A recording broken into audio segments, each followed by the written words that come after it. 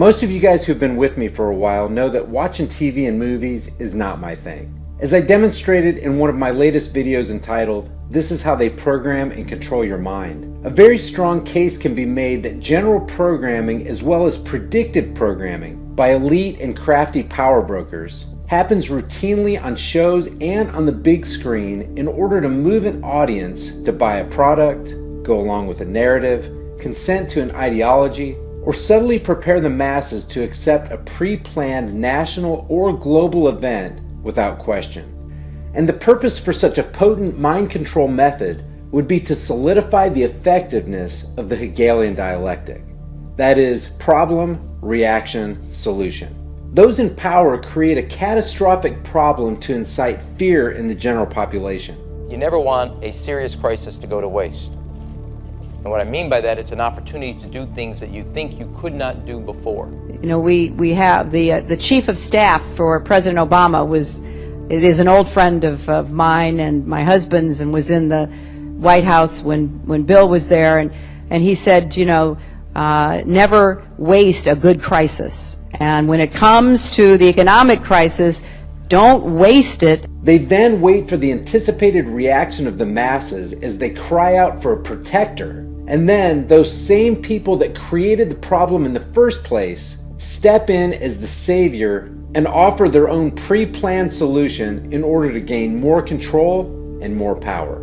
It's an effective age-old tool of oligarchs that works the same in any nation.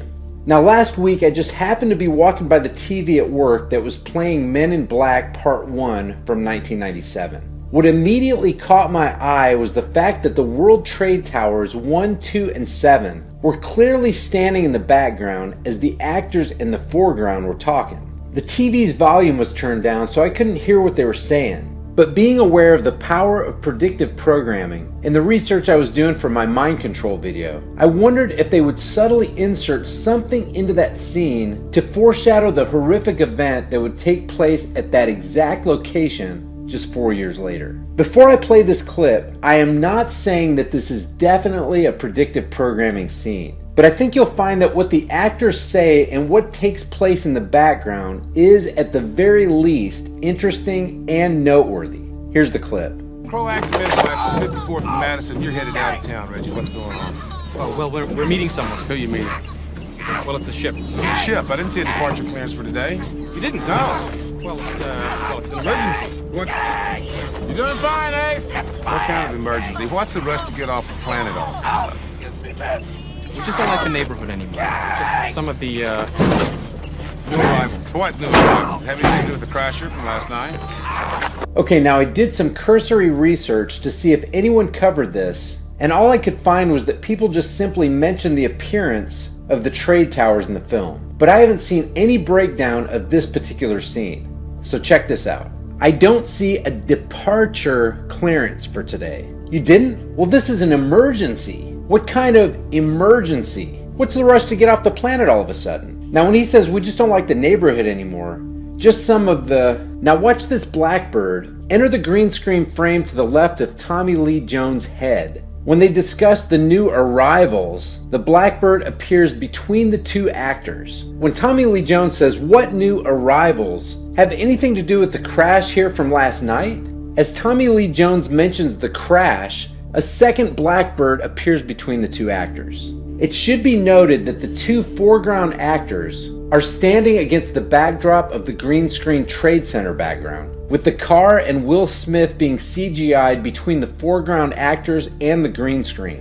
So everything on the green screen is controlled. In other words, they did not have to insert the two blackbirds, but they did. Also note that the blackbirds do not emerge to the right of the actor on the right. Just to recap, from the script which depicts the Twin Towers and Building 7 in the background, we just so happen to have the words departure, which appears once, emergency, which appears twice, arrivals, which appears twice, and the word crash, which appears once. Departure and arrivals are commonly used terms for the airline industry. Emergency 911 corresponds to the September 11th or 9/11 attack, and crash relates to the planes that struck the towers. Adding to that, the two blackbirds flying in the direction of the Twin Towers as the actors are dropping key words against the backdrop of an intact and familiar New York skyline. And I would say at the very least, there are some striking coincidences.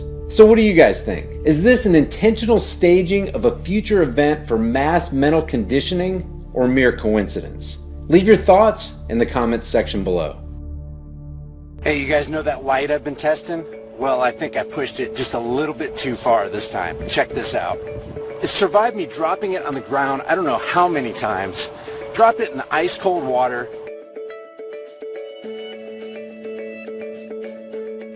Boiling water.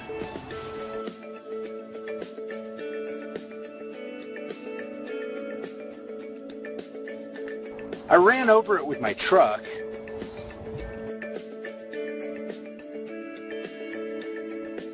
Grazed it one time with a 12-gauge shotgun blast. Okay, shoot it.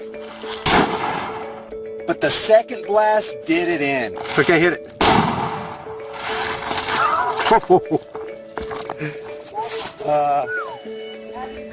I think it's dead. So if you're looking for a flashlight that's going to survive a shotgun blast at point-blank range, this flashlight is not for you. But if you're looking for portable sunlight that you can carry around in your pocket with 1200 lumens, I suggest you take a look at the link in the description below. And if you click on that link, you will get 75% off a retail price. You guys enjoy this flashlight.